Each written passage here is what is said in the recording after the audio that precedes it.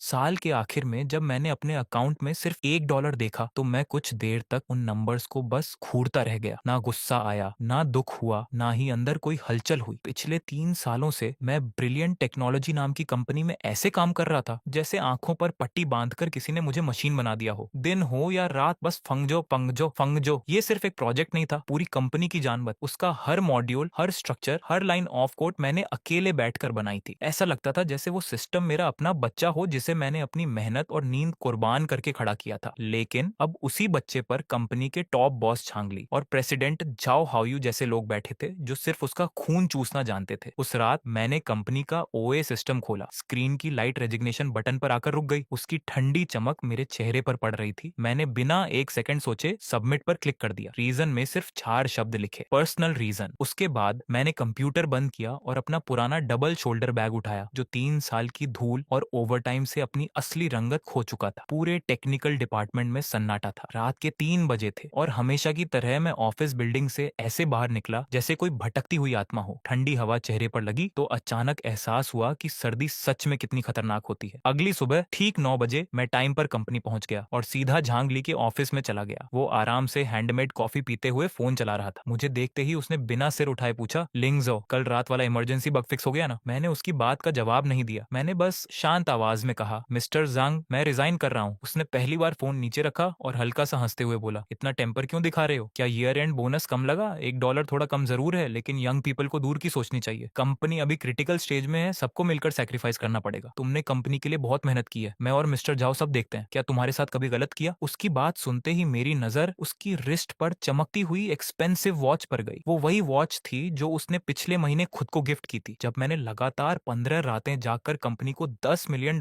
का प्रोजेक्ट जिताया था। और मुझे रिवॉर्ड में क्या मिला था? सिर्फ $500 वाला एम्प्लॉय रेड एनवेल। मैंने धीरे से कहा, मैं बस थोड़ा रेस्ट करना चाहता हूँ। जांग ली कुर्सी पर पीछे झुक गया और बोला, ठीक है, अगर इतने टायर्ड हो तो कुछ दिन की छुट्टी ले लो, शांत होकर सोचो और फिर वापस आ जाना। लेकिन लिंगजो, खुद को इतना इंपॉर्टेंट मत समझो। ये प्रोजेक्ट, ये कंपनी तुम अकेले नहीं चला रहे। बाहर 985 और 211 यूनिवर्सिटीज के ग्रेजुएट्स लाइन लगाकर खड़े हैं यहाँ काम करने के लिए। उसकी बातें सुनकर भी मेरे चेहरे पर कोई एक्सप्रेशन नहीं आया। मैं सीधा एचआर डिपार्टमेंट गया। एचआर वाली लड़की मुझे देखकर थोड़ी शॉक थी क्योंकि जांग ली का पहले ही कॉल आ चुका था। उसने फेक प्रोफेशनल स्माइल के साथ सारे रेजिग्नेशन पेपर्स मेरे सामने रख दिए। मैं चुपचाप हर प्रोसीजर फॉलो करता रहा। जब रिज्यूम सबमिट करने की बारी आई तो मैंने उसमें सिर्फ फंगजो सिस्टम का बेसिक ऑपरेशन गाइड लिखा, लेकिन उसकी असली core structure, 3 layer runway logic और वो हिडन एंटी लीक एल्गोरिदम्स जो मैंने खुद डेवलप किए थे, उनका एक शब्द तक मेंशन नहीं किया। सिस्टम के अंदर लगाए गए टाइमर्स, सिक्योरिटी गेट्स और हिडन लॉक्स का भी कोई जिक्र नहीं था। वो सब मेरी अपनी मेहनत थी और सच कहूं तो वो लोग उसके लायक ही नहीं थे। सारी फॉर्मेलिटीज खत्म होने के बाद मैंने अपना थोड़ा सा सामान उठाया और उस बिल्डिंग से बाहर निकल आया। मैंने आखिरी बार सिर उठाकर उस ऊंची ग्लास वॉल बिल्डिंग को देखा। बाकी लोगों को वो मॉडर्न ऑफिस लगती होगी, लेकिन मेरी नजरों में वो एक ऐसी कब्र थी जो बहुत जल्द टूटकर गिरने वाली थी। उसके बाद मैं सीधे शहर की सबसे बड़ी रियल एस्टेट एजेंसी पहुंचा। मैंने एजेंट के सामने अपनी पॉकेट से डॉक्यूमेंट्स निकाले और शांत आवाज में कहा, मुझे बस जल्दी डील चाहिए, लोकेशन अच्छी है, प्राइस कम करना पड़े तो भी चलेगा। एजेंट ने हैरानी से पूछा, इतनी अच्छी प्रॉपर्टी को इतने कम प्राइस में क्यों बेच रहे हो? थोड़ा वेट कर लीजिए, बेटर बायर मिल जाएगा। मैंने उसकी आंखों में देखते हुए बस इतना कहा, मुझे पैसों की जरूरत है क्योंकि अब मैं कुछ बड़ा करने वाला हूँ। 3 दिन बाद आखिरकार वो घर भी बिक गया। इतनी बड़ी रकम मेरे अकाउंट में आई जितनी मैंने पूरी जिंदगी सैलरी में भी नहीं देखी थी। पैसे आते ही मैंने बिना देर किए न्यूजीलैंड की वन वे टिकट बुक कर ली। एक हफ्ते बाद मैं एयरपोर्ट के वीआईपी वेटिंग रूम में अकेला बैठा था। मेरे फोन पर सिर्फ एक मैसेज आया, मेरे इकलौते भरोसेमंद कोलेग और दोस्त वंग यांग का। उसने वी चैट पर लिखा, भाई तेरी बिल्ली का खाना मैं डाल दूंगा, तू टेंशन मत ले। उस मैसेज को पढ़कर मेरे चेहरे पर हल्की सी स्माइल आई। मैंने सिर्फ एक छोटा सा रिप्लाई भेजा और फिर अपना फोन बंद कर दिया। तभी प्लेन का भारी हॉर्न गूंजा और एयरक्राफ्ट धीरे धीरे रनवे पर आगे बढ़ने लगा। विंडो के बाहर पूरा शहर छोटा होता जा रहा था। वो बिल्डिंग्स, वो रोड्स, वो ऑफिस, सब धीरे धीरे धुंधली लाइट्स में बदल गए। मैंने आंखें बंद करके धीरे से कहा, गुड बाय मेरी यूथ, गुड बाय मेरे वो 3 साल जो मैंने अपनी जान लगाकर बर्बाद कर दिए। आज के बाद लिंग जो मर चुका है, अब जो बचेगा वो एक बिल्कुल नया इंसान होगा। कई घंटों बाद प्लेन आखिरकार क्वींसटाउन न्यूजीलैंड में लैंड हुआ। जैसे ही मैं एयरपोर्ट से बाहर निकला, दक्षिणी गोलार्ध की गर्मियों की हवा ने मुझे चारों तरफ से घेर लिया। हरी घास, झील की नमी और ठंडी फ्रेश हवा मेरे चेहरे से टकराई। मैंने गहरी सांस ली और ऐसा लगा जैसे पिछले 3 सालों से जमा हुआ जहरीला धुआं एक ही पल में मेरे फेफड़ों से बाहर निकल गया हो। उस पल पहली बार मुझे लगा मैं सच में आजाद हूँ। मैंने वकाती झील के किनारे एक छोटा सा वुडन हाउस रेंट पर लिया। घर के सामने ब्लू लेक थी और पीछे बर्फ से ढके माउंटेन्स। सुबह उठकर फिशिंग करना, झील के किनारे दौड़ना, शाम को ग्रास पर बैठकर सनसेट देखना, ये सब मेरे लिए किसी ड्रीम लाइफ से कम नहीं था। हर दिन के साथ मुझे लगने लगा कि मैं फिर से जिंदा हो रहा हूँ। लेकिन दूसरी तरफ ब्रिलियंट टेक्नोलॉजी में केओस शुरू हो चुका था। 5वें दिन मेरे फॉरेन नंबर पर वांग यांग का वॉइस मैसेज आया। उसकी आवाज में डर साफ महसूस हो रहा था। उसने धीरे से कहा, लिंगजो, तूने जो सिक्योरिटी मेंटेनेंस सर्वर छोड़ा था वो अचानक ओवरनाइट बंद हो गया। कल सीआरएम सिस्टम के कई टर्मिनल्स कनेक्ट ही नहीं हो रहे थे। मैंने शांत आवाज में कहा, डॉक्यूमेंट के अकॉर्डिंग ऑपरेशन करो। दूसरी तरफ कुछ सेकंड तक साइलेंस रहा। मैं आसानी से इमेजिन कर सकता था कि वांग यांग अब भी फोन पकड़कर अपने बाल नोच रहा होगा। लेकिन सच कहूं तो मुझे ये सब सुनकर अजीब सा सेटिस्फेक्शन मिल रहा था। कंपनी का असली नाइटमेयर अब शुरू हुआ था। जो छोटे छोटे बग्स मैं जाते वक्त सिस्टम में छोड़ आया था, वो बारिश के बाद निकलने वाले कीड़ों की तरह एक एक करके सामने आने लगे। मेरे बिना पूरा टेक्निकल डिपार्टमेंट अंधेरे में भटक रहा था। डिपार्टमेंट मीटिंग में जांगली गुस्से से चिल्ला रहा था, एक लिंगजो चला गया तो तुम सब निकम्मे हो गए। एक छोटा बग तक फिक्स नहीं कर सकते। कंपनी तुम्हें सैलरी किस बात की देती है? उसने मेरी कोड फाइल्स को पैकेज करके एक फॉरेन सॉफ्टवेयर कंपनी को भेजा ताकि वो लोग सिस्टम संभाल सकें। लेकिन फॉरेन टीम ने सिर्फ 2 दिन स्टडी करने के बाद साफ मना कर दिया। उन्होंने कहा, सिस्टम का कंप्लीट आर्किटेक्चर और बॉटम लेवल लॉजिक मिसिंग है। इस हालत में हम कुछ नहीं कर सकते। अगर फोर्सफुली मॉडिफाई किया तो पूरा सिस्टम क्रैश हो जाएगा। ये सुनते ही जांगली के पैरों तले जमीन खिसक गई, क्योंकि असली डिजास्टर अभी बाकी था। कंपनी के सबसे बड़े क्लाइंट, एक लिस्टेड कंपनी का कोर डेटा इंटरफेस अचानक टूट गया। उनका पूरा बिजनेस आधे दिन तक बंद पड़ा रहा, जिससे करोड़ों का नुकसान हुआ। क्लाइंट का सीटीओ इतना फ्यूरियस हो गया कि उसने सीधे प्रेसिडेंट जाओ हाओयू को कॉल करके कॉन्ट्रैक्ट ब्रीच की धमकी दे दी और फ्यूचर को ऑपरेशन खत्म करने की बात कह दी। और वही कॉन्ट्रैक्ट इस साल कंपनी का सबसे बड़ा प्रॉफिट सोर्स था। अब जांगली सच में पैनिक कर चुका था। उसने तुरंत प्रेसिडेंट ऑफिस का दरवाजा खटखटाया। उसी दिन पहली बार मेरे पास उसका कॉल आया। मैं झील के किनारे बैठा था जब मेरे फोन स्क्रीन पर उसका नाम फ्लैश हुआ। मैंने बिना 1 सेकंड गंवाए कॉल काट दिया और नंबर ब्लैकलिस्ट में डाल दिया। 1 सेकंड बाद दूसरा अननोन नंबर आया। मैंने उसे भी कट करके ब्लॉक कर दिया। ऐसा करते करते 10 से ज्यादा कॉल्स आए और आखिरकार फोन शांत हो गया। उधर कंपनी में जांगली बुरी तरह बौखला चुका था। वो जाओ हाओयू के सामने ऑलमोस्ट रोते हुए बोल रहा था, मिस्टर जाओ, ये सब लिन शाओगंग का किया हुआ है। उसने जाते वक्त सिस्टम में हिडन ट्रैप्स छोड़े हैं। वो रिवेंज लेना चाहता था। लेकिन जाओ हाओयू का गुस्सा अब कंट्रोल से बाहर था। कहते हैं उसने ऑफिस में इतना जोर से चिल्लाया कि पूरा फ्लोर सुन सकता था। उसने टेबल पर हाथ मारते हुए कहा, टैलेंट मार्केट जाओ, नई आर्किटेक्चर टीम हायर करो, सैलरी 3 गुना कर दो, लेकिन सिस्टम तुरंत ठीक होना चाहिए। लेकिन मुझे ये सुनकर सिर्फ हंसी आई। 3 गुना सैलरी? जो हाओयू हमेशा की तरह अब भी यही सोच रहा था कि दुनिया की हर प्रॉब्लम सिर्फ पैसों से सॉल्व हो सकती है। उसे अभी तक समझ नहीं आया था कि कुछ चीजें मनी से नहीं, सिर्फ इंसान की लॉयल्टी और रिस्पेक्ट से मिलती हैं। ब्रिलियंट टेक्नोलॉजी में हर इंसान को हमेशा रिप्लेसेबल समझा जाता था। उनका मानना था कि पैसा फेंको और किसी भी एम्प्लॉय की जगह नया इंसान आ जाएगा। लेकिन इस बार जाओ हाओयू गलत था, क्योंकि कुछ चीजें ऐसी होती हैं जिन्हें मनी से कभी नहीं खरीदा जा सकता। जैसे वो पूरा सिस्टम जिसमें मेरे 3 साल की जिंदगी, मेरी मेहनत, मेरी स्लीपलेस नाइट्स और मेरा दिमाग बंद था। फंगजो सिर्फ एक सॉफ्टवेयर नहीं था, वो मेरा बनाया हुआ किंगडम था और उसकी चाबी सिर्फ मेरे पास थी। मैंने खिड़की के बाहर शांत नीली झील की तरफ देखा और हल्का सा हंस पड़ा। मैं धीरे से बुदबुदाया, स्टॉर्म अब शुरू होगा और मैं हजारों मील दूर बैठकर इस आग का मजा लूंगा। न्यूजीलैंड में 8वां दिन था। सुबह का आसमान साफ था और हल्की धूप झील पर चमक रही थी। मैं स्वेटर पहनकर रोज की तरह लेक के किनारे रनिंग कर रहा था। फ्रेश हवा मेरे लंग्स में भर रही थी और हर सांस के साथ मुझे लग रहा था जैसे मैं फिर से इंसान बन रहा हूँ। तभी अचानक मेरी पॉकेट में रखा फोन जोर जोर से वाइब्रेट करने लगा। एक कॉल नहीं, पूरी की पूरी बारिश। मैंने कदम रोके और फोन निकाला। स्क्रीन पर चाइना के अननोन फॉरेन नंबर्स फ्लड की तरह आते जा रहे थे। एक कॉल कटता नहीं कि दूसरा तुरंत आ जाता। उसी समय वीचैट फ्रेंड रिक्वेस्ट भी एक्सप्लोड होने लगी। दर्जनों नहीं, सैकड़ों नोटिफिकेशंस। हर वेरिफिकेशन मैसेज लगभग सेम था। लिंगजो प्लीज फोन उठाओ, लिंगोंग हेल्प करो, कंपनी खत्म हो जाएगी। मास्टर लिंग, मैं मिस्टर जाओ का असिस्टेंट बोल रहा हूँ, प्लीज कॉन्टैक्ट कर लीजिए। मैं बिना एक्सप्रेशन के स्क्रीन स्क्रॉल करता रहा। फिर अचानक वंग यांग का एक मैसेज सामने आया। उसकी आवाज जैसे रोने के करीब थी। उसने लिखा, ब्रदर जो, सिस्टम पूरी तरह लॉक हो गया है। मेरे होंठों पर धीरे धीरे स्माइल फैल गई, क्योंकि ये सब एग्जैक्टली वैसे ही हो रहा था जैसा मैंने प्लान किया था। फंगजो का हाईएस्ट सिक्योरिटी एग्रीमेंट मैंने खुद डिजाइन किया था। सिस्टम के कोर डेटा को चोरी या मलिशियस टैंपरिंग से बचाने के लिए हर quarter system automatic locked state में चला जाता था। उसे एक्टिवेट करने के लिए सिर्फ मेरी बायोमेट्रिक फार्मास्यूटिकल स्कैन और एक 128 लेयर डायनामिक प्राइवेट की वेरिफिकेशन की जरूरत होती थी। ये सिक्योरिटी लेवल मैंने मिलिट्री कॉन्फिडेंशियल स्टैंडर्ड्स देखकर बनाया था। और सबसे खास बात, इस सीक्रेट के बारे में मैंने कभी किसी को कुछ नहीं बताया था। मैंने फोन वापस पॉकेट में रखा और आराम से दौड़ता रहा। लेकिन मेरे दिमाग में ब्रिलियंट टेक्नोलॉजी हेडक्वार्टर्स का पूरा सीन मूवी की तरह चल रहा था। सैकड़ों एम्प्लॉइज पैनिक में अपने ब्लैक स्क्रीन को घूर रहे होंगे। कस्टमर सर्विस डिपार्टमेंट के फोन्स लगातार बज रहे होंगे, हर कॉल किसी बॉम्ब की तरह एक्सप्लोड हो रहा होगा। Sales department contract data retrieve नहीं कर पा रहा होगा, इसलिए क्लाइंट्स के सामने सिर तक नहीं उठा पा रहे होंगे। फाइनेंस डिपार्टमेंट कंपनी का कैपिटल फ्लो कैलकुलेट नहीं कर पा रहा होगा। पूरी कंपनी लिटरली फ्रीज हो चुकी थी और प्रेसिडेंट ऑफिस में जाओ हाओयू का चेहरा शायद पहली बार इतना बदसूरत दिख रहा होगा। वो गुस्से में पागल शेर की तरह जांगली पर चिल्ला रहा होगा, यही कहा था ना तुमने कहा था लिंगजो रिप्लेसेबल है। और जांगली कांपती आवाज में बोल रहा होगा, मिस्टर झाओ, मुझे सच में नहीं पता था, उसने कभी बताया ही नहीं। आखिरकार जाओ हाओयू ने खुद मुझे कॉल करना शुरू किया। जब मेरे फोन स्क्रीन पर उसका नाम फ्लैश हुआ तो मैं कुछ सेकंड उसे देखता रहा, फिर मैंने शॉर्टकट की दबाकर कॉल रिजेक्ट कर दिया। मैं चाहता था वो वही फील करे जो एक इंसान हेल्पलेस होकर महसूस करता है। उसने नंबर बदला, असिस्टेंट के फोन से कॉल आया, फिर फ्रंट डेस्क से, फिर प्राइवेट लाइन से। मैसेजेस भी लगातार आते रहे। शुरुआत में टोन ऑर्डर्स वाली थी, लिंगजो तुरंत वापस कॉल करो, कंपनी को अर्जेंट नीड है। लेकिन धीरे धीरे वही मैसेजेस रिक्वेस्ट में बदल गए, लिंगजो वापस आ जाओ, हम बैठकर बात करेंगे, चाइल्डिश मत बनो। और फिर आखिर में थ्रेट्स शुरू हो गए, तुम कमर्शियल ब्लैकमेल कर रहे हो, कंपनी का लीगल डिपार्टमेंट तुमसे कांटेक्ट करेगा, ये क्राइम है। लेकिन उन वर्ड्स का अब मुझ पर कोई असर नहीं था। मैं आराम से वापस अपने छोटे वुडन हाउस में लौट आया। किचन में जाकर मैंने खुद के लिए 2 गोल्डन फ्राइड एग्स बनाए, टोस्ट तैयार किया और एक ग्लास मिल्क लिया। फिर प्लेट उठाकर गार्डन में चला गया। मेरे सामने ब्लू लेक थी, दूर सफेद माउंटेन्स चमक रहे थे और हल्की हवा ग्रास को हिला रही थी। मैंने उस पीसफुल मोमेंट की एक फोटो ली, फिर वी चैट खोला जो नोटिफिकेशन से लगभग क्रैश होने वाला था। मैंने अपनी ब्रेकफास्ट और सीनरी वाली तस्वीर अपलोड की और कैप्शन लिखा, न्यू लाइफ। उस पोस्ट को मैंने स्पेशली ऐसा सेट किया कि मेरे पेरेंट्स और रिलेटिव्स उसे ना देख सकें, लेकिन ब्रिलियंट टेक्नोलॉजी का हर एम्प्लॉय उसे देख पाए। पोस्ट अपलोड करते ही मैंने फोन साइड में रख दिया, प्लेट से एग का एक टुकड़ा काटा और धीरे धीरे मुस्कुराते हुए ब्रेकफास्ट एंजॉय करने लगा, जैसे हजारों माइल्स दूर जलती हुई उस कंपनी की आग मेरे लिए किसी फायरवर्क्स शो से कम ना हो। उस वक्त मैं बिल्कुल किसी ठंडे दिमाग वाले कैपिटलिस्ट की तरह बिहेव कर रहा था। दूर कहीं ब्रिलियंट टेक्नोलॉजी की पूरी मैनेजमेंट पैनिक में पसीना बहा रही थी और यहाँ न्यूजीलैंड की शांत हवा में बैठा मैं बस मुस्कुरा रहा था। गेम अब ऑफिशियली शुरू हो चुका था, लेकिन इस बार रूल्स किसी कंपनी या बॉस ने नहीं, मैंने बनाए थे। जैसे ही मैंने न्यू लाइफ वाला वी चैट पोस्ट अपलोड किया, वैसा लगा जैसे उबलते हुए तेल में किसी ने बर्फ का टुकड़ा डाल दिया हो। पूरी कंपनी लिटरली एक्सप्लोड हो गई। फोन की वाइब्रेशन रुकने का नाम ही नहीं ले रही थी। जो हाओयू के कॉल्स और भी एग्रेसिव हो गए थे, लेकिन जल्दी ही उसे समझ आ गया कि उसके सारे नंबर्स मैंने ब्लॉक कर दिए हैं। तब उसने दूसरी चालें चलनी शुरू की। सबसे पहला फोन उसने मेरे पेरेंट्स के घर लगाया। कुछ देर बाद मेरी माँ का घबराया हुआ कॉल आया, उनकी आवाज कांप रही थी, जो ये क्या हो रहा है, तुम्हारी कंपनी के बॉस का फोन आया था, वो कह रहे थे बहुत बड़ा प्रॉब्लम हो गया है, तुम तुरंत वापस जाओ। मैंने खुद को काम रखते हुए कहा, मॉम टेंशन मत लो, मैं रिजाइन कर चुका हूँ, अब मैं अब्रॉड हूँ और यहाँ सब ठीक है। वो बस मेरे पुराने बॉस हैं, थोड़ा डिस्प्यूट हुआ है, मैं हैंडल कर लूंगा, आप उनका कोई भी फोन मत उठाना। कॉल कट होते ही मेरी आंखों में ठंडापन उतर आया। मैंने धीरे से खुद से कहा, जो हाउ यू, मेरे फैमिली तक पहुंचने की हिम्मत की है तुमने, ये बात मैं याद रखूंगा। उधर जांगली भी शांत नहीं बैठा था। ना जाने कहां से उसने मेरी एक्स गर्लफ्रेंड का कॉन्टैक्ट निकाल लिया और इमोशनल कार्ड खेलने की कोशिश की। मेरी एक्स ने मुझे स्क्रीनशॉट भेजा, उसमें जांगली की वॉइस मैसेज थी। वो बनावटी सॉफ्ट टोन में बोल रहा था, लिंगसो बहुत अच्छा लड़का है, बस थोड़ा इमोशनल हो गया है, तुम उसे समझाओ अपना फ्यूचर डिस्ट्रॉय मत करे। मेरी एक्स ने उस मैसेज का सिर्फ एक बड़ा लाल क्वेश्चन मार्क भेजकर रिप्लाई कर दिया। वो देखकर मेरे चेहरे पर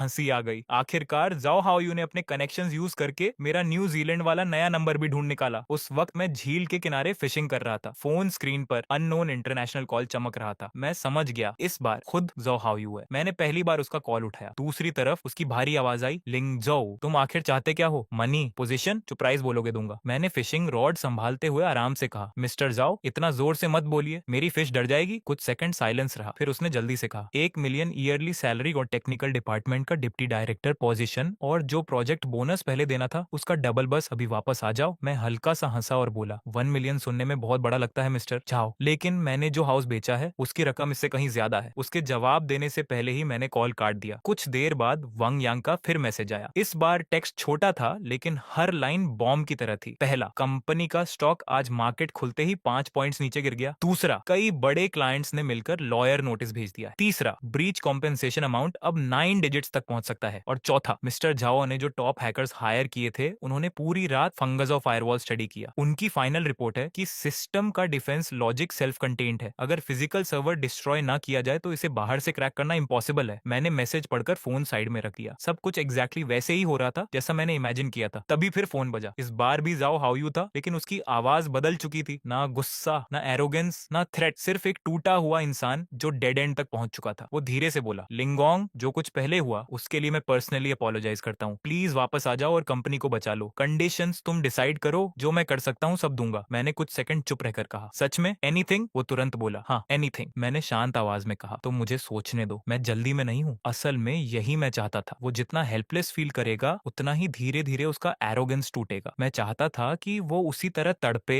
जैसे गर्म तवे पर फंसी चींटी तड़पती है। उस शाम मैं अपनी पकड़ी हुई बड़ी लाल फिश वापस वुडन हाउस ले आया। मैंने पूरा फिश फीस्ट बनाया, फ्राइड फिश सूप और रॉ फिश स्लाइसेस। फिर खुद के लिए न्यूजीलैंड व्हाइट वाइन का ग्लास डाला और गार्डन में बैठकर आराम से खाना खाने लगा। सामने ब्यूटीफुल सीनरी थी, ठंडी हवा थी और दूर चाइना में एक कंपनी धीरे धीरे कोलैप्स हो रही थी। उधर वांग यांग मुझे वीचैट पर लाइव अपडेट्स भेज रहा था। ब्रिलियंट टेक्नोलॉजी हेडक्वार्टर्स के प्रेसिडेंट ऑफिस में इमरजेंसी मीटिंग चल रही थी। जाओ हाओयू का गुस्सा अब पूरी तरह झांगली पर फूट चुका था। वो टेबल पर हाथ मारकर चिल्ला रहा था, तुमने कहा था लिंगजो इंपॉर्टेंट नहीं है, तुमने कहा था टेक्नोलॉजी रिप्लेस हो सकती है, ईयर एंड बोनस बचाने के लिए तुमने उसे फोर्स करके निकाल दिया। अब कंपनी खत्म होने वाली है, सब कॉन्ट्रैक्ट्स टूटने वाले हैं, अब खुश हो? जांग ली उस इमरजेंसी मीटिंग में खुद को बचाने की पूरी कोशिश कर रहा था। वो घबराई हुई आवाज में जाहो हाओयू से बोला, मिस्टर जाहो, इसमें मेरी क्या गलती है? लिंगजो का दिमाग ही छोटा था, सिर्फ $1 ईयर एंड बोनस की वजह से रिजाइन कर गया। मैं तो बस कंपनी के लिए कॉस्ट सेव करना चाहता था। उसकी बात पूरी भी नहीं हुई थी कि जाओ हाओयू गुस्से से धाड़ पड़ा। Cost save? तुम्हें लगता है ये कॉस्ट सेविंग है? कंपनी बर्बाद होने वाली है। उसने टेबल पर हाथ मारा और चीखा, आज से तुम सस्पेंडेड हो, गेट आउट। उस पल जांग ली का पूरा कॉन्फिडेंस टूट गया। वो ऑलमोस्ट लड़खड़ाते हुए ऑफिस से बाहर निकला, लेकिन बाहर आते ही उसने सबसे पहला काम किया, मुझे वी चैट पर लगातार 60 सेकंड वाले वॉइस मैसेजेस भेजने शुरू कर दिए। एक के बाद एक दर्जनों मैसेजेस। अगर कोई आउटसाइडर सुनता तो उसे लगता किसी इमोशनल ड्रामा सीरीज का क्लाइमैक्स चल रहा है। शुरुआत में जांग ली गुस्से में मुझे गालियां दे रहा था, लिंग्स हो तू व्हाइट आइड वुल्फ है, कंपनी ने तुझे बनाया और तूने यही किया। लेकिन जब उसे एहसास हुआ कि मैं कोई रिप्लाई नहीं दे रहा तो उसकी आवाज धीरे धीरे टूटने लगी। गुस्सा रोने में बदल गया। लिंगजो प्लीज जांगली की बात सुन ले, कंपनी खत्म हो जाएगी। लेकिन मेरे चेहरे पर कोई इमोशन नहीं था। मैंने आराम से ग्रिल्ड फिश का आखिरी टुकड़ा खाया और फिर क्वाइटली लैपटॉप खोल लिया। मैंने उसके सारे वॉइस मैसेजेस को टेक्स्ट में कन्वर्ट किया, फिर उन्हें अलग अलग फॉर्मेट में अरेंज करके एक ही बार में जाओ हाओयू को फॉरवर्ड कर दिया। उसके बाद दूसरी तरफ पूरी साइलेंस छा गई। लेकिन जाओ हाओयू बेवकूफ नहीं था। वो समझ गया था कि मैं क्या कहना चाहता हूँ। मैं उसे साफ मैसेज दे रहा कि मैं अब वो एम्प्लॉई नहीं हूँ जिसे वो लोग कभी भी इंसल्ट कर दें, दबा दें या जांगली जैसे लोग अपने पैरों तले कुचल दें। उनकी इंटरनल डॉग फाइट अब मेरे लिए बस एक चीप ड्रामा थी और ये ड्रामा अब अपने अंतिम सीन की तरफ बढ़ रहा था। पूरा दिन ऐसे ही गुजर गया। अगली सुबह सूरज निकलते ही मैंने खुद जाओ हाओयू को फोन किया। फोन पहली रिंग में ही उठ गया, जैसे वो पूरी रात उसी इंतजार में बैठा हो। मैंने शांत आवाज में कहा, मिस्टर जाओ, मैंने आपको रास्ता दिखा दिया है, अब आपने सोचा क्या? दूसरी तरफ उसकी आवाज बेहद थकी हुई थी। सिर्फ 2 दिनों में वो आदमी जैसे 10 साल बूढ़ा हो गया था। उसके पीछे ऑफिस का माहौल भी किसी टूटे हुए वुल्फ डैन जैसा लग रहा था। कुछ सेकंड बाद उसने धीरे से कहा, लिंगजो बस कंपनी को बचा लो, जो मांगोगे दूंगा। मैं कुर्सी पर पीछे झुककर मुस्कुराया। गुड, अब बात करते हैं, मैंने ठंडी आवाज में कहा। सबसे पहले पैसा सिर्फ शुरुआत है। दूसरा, तुम और जांग ली पूरी कंपनी के सामने पब्लिक लाइव ब्रॉडकास्ट करोगे। दूसरी तरफ साइलेंस छा गया। मैंने आगे कहा, लाइव ब्रॉडकास्ट में तुम दोनों पब्लिकली अपोलोजाइज करोगे उस $1 एनुअल बोनस के लिए जिससे तुम लोगों ने मुझे इंसल्ट किया था। स्पीच मैं खुद लिखूंगा, तुम्हारा काम सिर्फ कैमरा के सामने खड़े होकर उसे वर्ड बाय वर्ड पढ़ना होगा। कुछ सेकंड तक सिर्फ भारी सांसों की आवाज आती रही। फिर जाओ हाओयू ने टूटी हुई आवाज में कहा, ठीक है, मैं सब मानता हूँ। अगली सुबह ब्रिलियंट टेक्नोलॉजी के ओए सिस्टम पर कंपनी हिस्ट्री का सबसे शॉकिंग लाइव ब्रॉडकास्ट शुरू हुआ। वांग यांग ने तुरंत मुझे उसका लिंक भेज दिया। मैं न्यूजीलैंड के अपने गार्डन में कॉफी लेकर बैठा था और लैपटॉप स्क्रीन पर वो सीन देख रहा था। कैमरा के सामने जो हाओयू और झांग ली साथ खड़े थे। दोनों के चेहरे ऐसे लग रहे थे मैंने अपना एनक्रिप्टेड प्राइवेट चैनल खोला और फांगजो सिस्टम के हिडन सर्वर से कनेक्शन एस्टैब्लिश किया। स्क्रीन पर कोड की लाइंस तेजी से फ्लो होने लगी। मैंने एक टेम्परेरी पासवर्ड स्ट्रिंग इनपुट की। अगले ही सेकंड वांग यांग का वी चैट कॉल आ गया। उसकी आवाज एक्साइटमेंट से कांप रही थी। जोगे,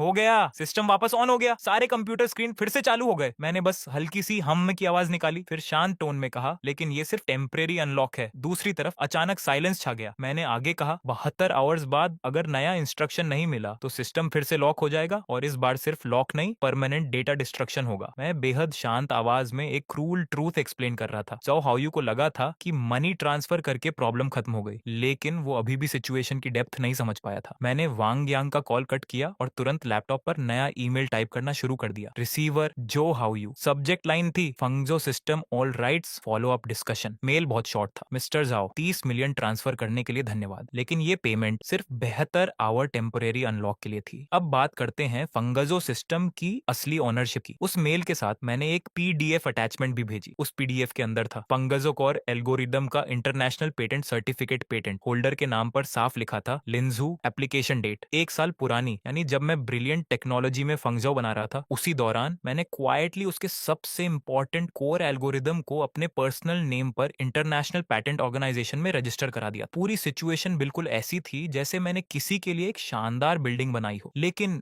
जिस जमीन पर बिल्डिंग खड़ी थी वो जमीन मेरी ओन प्रॉपर्टी हो। पहले मैंने कभी इस वेपन को यूज करने का सोचा भी नहीं था, लेकिन अब उन्होंने खुद मुझे इस लेवल तक पुश किया था। ईमेल सेंड करने के 1 मिनट बाद ही जाओ हाउ यू का फोन आ गया, लेकिन इस बार उसकी आवाज में हेल्पलेसनेस नहीं थी, सिर्फ पागल कर देने वाला रेज था। वो ऑलमोस्ट चीखते हुए बोला, लिंगजो तुम आखिर करना क्या चाहते हो? हद पार मत करो, ये सिस्टम कंपनी के दौरान डेवलप हुआ था, ये कंपनी एसेट है। मैंने बेहद काल्म आवाज में कहा, नो मिस्टर जाओ, आप गलत हैं। मैं कुर्सी पर पीछे झुकते हुए बोला, हमारे लेबर कॉन्ट्रैक्ट और रेलेवेंट लीगल क्लॉजेस के according job related invention declare होने के कुछ स्पेसिफिक कंडीशंस होते हैं, और जब मैं फांगजो डेवलप कर रहा था मैंने जानबूझकर उन सभी कंडीशंस को अवॉइड किया। इसलिए टेक्निकली कंपनी के पास सिर्फ सिस्टम का यूसेज राइट है, ऑनरशिप नहीं। कुछ सेकंड्स तक दूसरी तरफ सिर्फ भारी सांसों की आवाज आती रही। फिर मैंने आखिरी वार किया, लेकिन मैं अनरीजनेबल इंसान नहीं हूं मिस्टर जाओ, मैं फंगजो सिस्टम के सारे राइट्स आपकी कंपनी को ट्रांसफर कर सकता हूं। उसने तुरंत पूछा, प्राइस क्या है? मेरे होंठों पर हल्की मुस्कान आ गई। मैंने धीरे से कहा, $1। दूसरी तरफ साइलेंस जम गया। मैंने उसी शांत आवाज में आगे कहा, एग्जैक्टली वही अमाउंट जो आपने मुझे ईयर एंड बोनस में दिया था। उसकी सांसें और हैवी हो गई। मैंने आगे कहा, ऑप्शन सिंपल है, या तो आप ऑफिशियली $1 देकर फंगजो के सारे राइट्स खरीद लो और हम लीगल ट्रांसफर अग्रीमेंट साइन करेंगे, या फिर 72 आवर्स बाद सिस्टम फाइनल इंस्ट्रक्शन एग्जीक्यूट करेगा और सारे सर्वर हार्ड ड्राइव्स फॉर्मेट होकर परमानेंटली डिस्ट्रॉय हो जाएंगी। मैं कुछ सेकंड रुका, फिर आखिरी लाइन बोली, और हाँ, याद रखिए मैं इस कोर एल्गोरिदम का लीगल ओनर हूं। अपने पर्सनल एसेट को डिस्ट्रॉय करना इलीगल नहीं कहलाता, इसे लॉ में एसेट डिस्पोजल कहते हैं। उस पल जाओ हाउ पूरी तरह टूट चुका था। अब उसे फाइनली समझ आया कि ये सब अचानक नहीं हुआ था। उस $1 एनुअल बोनस से लेकर मेरा शांत रेजिग्नेशन, मेरा परफेक्ट हैंडओवर, मेरा बिना पैनिक किए अब्रॉड जाना, हर स्टेप पहले से प्लान था। उसे लगा था उसने सिर्फ एक ऑनेस्ट प्रोग्रामर को निकाल दिया है, लेकिन असल में उसने एक ऐसे डेविल को प्रोवोक कर दिया था जिसकी कीमत वो कभी चुका नहीं सकता था। मैं सोच रहा था कि अब या तो जाओ हाउ यू साइलेंस में कोलैप्स करेगा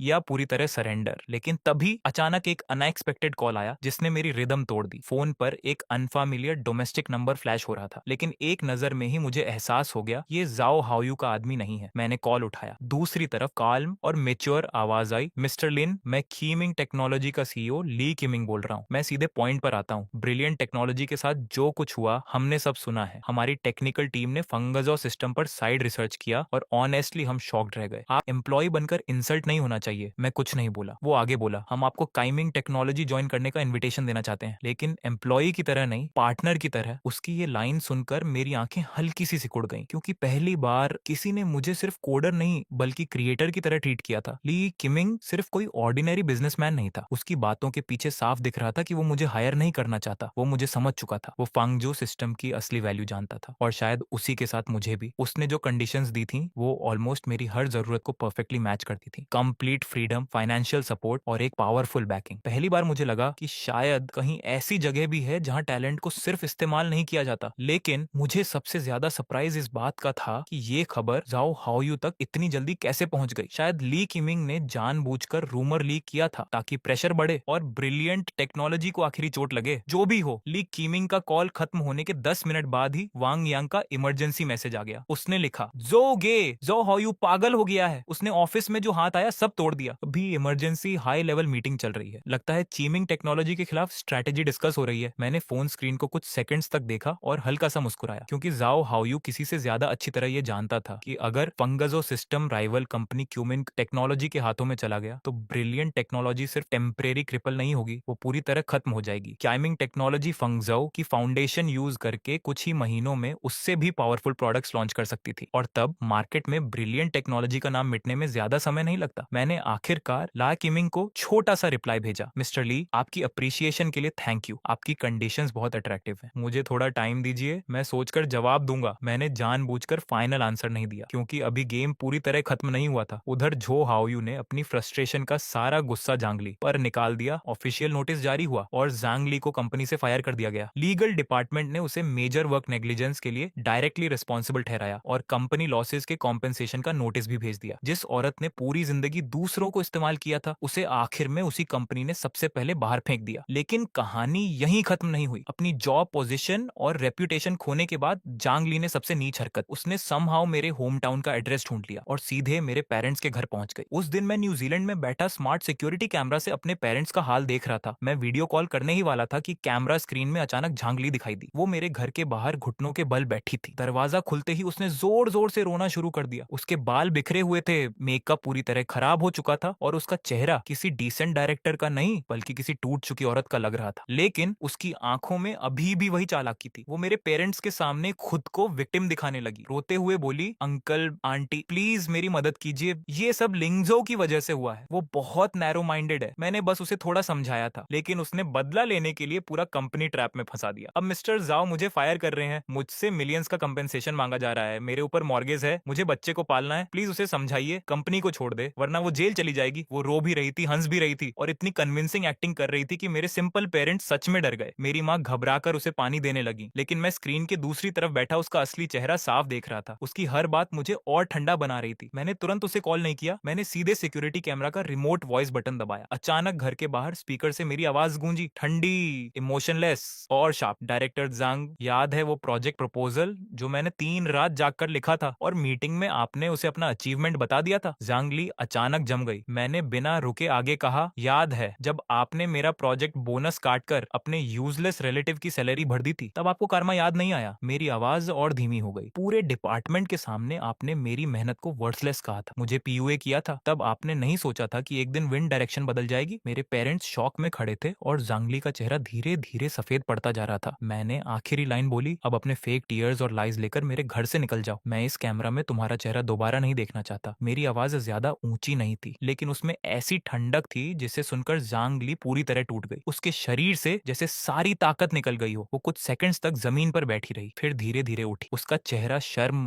गुस्से और ह्यूमिलिएशन से भरा हुआ था, लेकिन अब उसके पास कहने के लिए एक भी शब्द नहीं बचा था। मैं सिक्योरिटी कैमरा की स्क्रीन पर जांग ली को धीरे धीरे कॉरिडोर के आखिर में गायब होते हुए देखता रहा। मेरी आंखों में ना गुस्सा था, ना सेटिस्फैक्शन, बस एक ठंडी शांति। उस पल जाओ हाओयू को भी आखिरकार एक बात पूरी तरह समझ आ गई थी। मैं लिन जाओ अब कभी सॉफ्ट हार्टेड नहीं होने वाला था। ना इमोशन ड्रामा, ना फैमिली प्रेशर, ना मॉरल किडनैपिंग। अब कोई भी चीज मुझ पर काम नहीं कर सकती थी। उसकी आखिरी उम्मीद भी उसी दिन टूट गई। 72 आवर्स के काउंटडाउन में अब सिर्फ आखिरी 3 घंटे बचे थे। उसी समय मेरे न्यूजीलैंड वाले लॉयर टीम को department of science and technology की तरफ से ऑफिशियल कॉल आया। दूसरी तरफ से फांगझो सिस्टम के इंटेलेक्चुअल प्रॉपर्टी ट्रांसफर अग्रीमेंट का फाइनल ड्राफ्ट भेजा गया। मेरे लॉयर्स कोई ऑर्डिनरी लोग नहीं थे, वो न्यूजीलैंड की टॉप कमर्शियल लॉ फर्म थी। उन्होंने अगले 2 घंटे अग्रीमेंट की हर लाइन, हर क्लॉज और हर हिडन वर्डिंग को माइक्रोस्कोपिक लेवल पर चेक किया। कहीं कोई लीगल ट्रैप ना हो, कोई हिडन टेक्स्ट गेम ना हो, सब कुछ परफेक्टली वेरीफाई किया गया। जब फाइनली सब क्लियर हो गया, तब आखिरी वीडियो कॉन्फ्रेंस शुरू हुई। लैपटॉप स्क्रीन पर 4 विंडोज खुली थी। एक तरफ जाओ हाओयू और उसकी लॉयर टीम, दूसरी तरफ मेरी लॉयर्स और बीच में मैं। कॉन्फ्रेंस कनेक्ट होते ही पूरा माहौल किसी कोर्टरूम जैसा हैवी लगने लगा। स्क्रीन पर झाओ हाओयू मेन सीट पर बैठा था, लेकिन अब वो पहले वाला एरोगेंट प्रेसिडेंट नहीं लग रहा था। उसकी आंखें अंदर धंस चुकी थीं, चेहरा पीला पड़ गया था और पूरा इंसान ऐसा लग रहा था जैसे किसी ने उसकी सोल निकाल ली हो। वो बिल्कुल चुप बैठा था, जैसे किसी क्रीमेशन से पहले रखा हुआ स्टैच्यू। मीटिंग ऑफिशियली शुरू हुई। दोनों साइड्स के लॉयर्स फाइनल अग्रीमेंट कंफर्म कर रहे थे। कुछ मिनट्स बाद साइनिंग प्रोसेस शुरू होने वाली थी। तभी अचानक झाओ हाओयू ने धीरे से सिर उठाया। उसकी आंखें स्क्रीन पार करके सीधे मेरे चेहरे पर आकर रुकीं। कुछ सेकंड्स तक वो मुझे देखता रहा, फिर बेहद भारी और टूटी हुई आवाज में बोला, लिनजो तुम जीत गए। मैंने उसे बिना एक्सप्रेशन के देखा और शांत आवाज में कहा, मैं कभी जीतना नहीं चाहता था, मैंने सिर्फ वो वापस लिया है जो हमेशा से मेरा था, और साथ में वो रिस्पेक्ट जिसे तुम लोगों ने मुझसे छीन लिया था। मेरी बात सुनकर झाओ हाओयू हल्का सा हंसा, लेकिन उस हंसी में सिर्फ बिटरनेस और रिग्रेट था। शायद वो सोच रहा था, अगर उस दिन उसने मुझे इंसल्ट ना किया होता, अगर थोड़े से ज्यादा पैसे दे दिए होते, अगर जंगली को रोका होता, तो शायद आज सब कुछ अलग होता। लेकिन अब बहुत देर हो चुकी थी। इस दुनिया में इफ नाम की कोई चीज नहीं होती। दोनों लॉयर टीम्स की मौजूदगी में झाओ हाओयू ने कांपते हाथों से इलेक्ट्रॉनिक सिग्नेचर पेन उठाया। उसके सामने अग्रीमेंट खुला हुआ था। टाइटल साफ लिखा था, all intellectual property rights transfer agreement of Fangzhou system. Transfer amount वाली लाइन पर साफ लिखा था 1 RMB। कुछ सेकंड्स तक झाओ हाओयू उस अमाउंट को घूरता रहा, फिर आखिरकार उसने अपना नाम साइन कर दिया। उसी पल अग्रीमेंट लीगली इफेक्टिव हो गया। मैंने बिना कुछ बोले अपना मोबाइल बैंकिंग ऐप खोला। सभी लोगों के सामने मैंने ब्रिलियंट टेक्नोलॉजी के कंपनी अकाउंट नंबर में ट्रांसफर ऑप्शन खोला। अमाउंट में 1 टाइप किया। रिमार्क वाले सेक्शन में मैंने सिर्फ 2 वर्ड्स लिखे, परचेस पेमेंट। फिर मैंने कंफर्म बटन दबा दिया। Transaction successful. मैंने तुरंत उसका स्क्रीनशॉट लिया और मीटिंग स्क्रीन पर सबको दिखा दिया। पूरी कॉन्फ्रेंस में कुछ सेकंड्स के लिए डेडली साइलेंस छा गया। 1 युआन, बस 1 युआन। ठीक उसी तरीके से जिस तरह उन्होंने मुझे ह्यूमिलिएट किया था, मैंने उन्हें खत्म कर दिया। ये सिर्फ पैसा नहीं था, ये एरोगेंस ऑफ कैपिटल के चेहरे पर मारा गया सबसे लाउड स्लैप था। झाओ हाओयू उस स्क्रीन स्क्रीनशॉट को देखता रहा। उसके हाथ कांपने लगे, उसकी सांसें अचानक हैवी हो गईं। फिर अगले ही पल उसका पूरा शरीर पीछे की तरफ गिर पड़ा। वीडियो स्क्रीन में केओस मच गया। लोग भागते हुए दिखाई दिए। किसी ने चिल्लाकर एम्बुलेंस बुलाने को कहा। कैमरा हिलने लगा, लेकिन मैं बस शांत रह बैठा रहा, क्योंकि उस पल मुझे समझ आ चुका था कि शायद झाओ हाओयू फिजिकली नहीं मरा, लेकिन उसने अपनी ही बनाई हुई ब्रिलियंट टेक्नोलॉजी को अपने हाथों से जरूर दफना दिया था।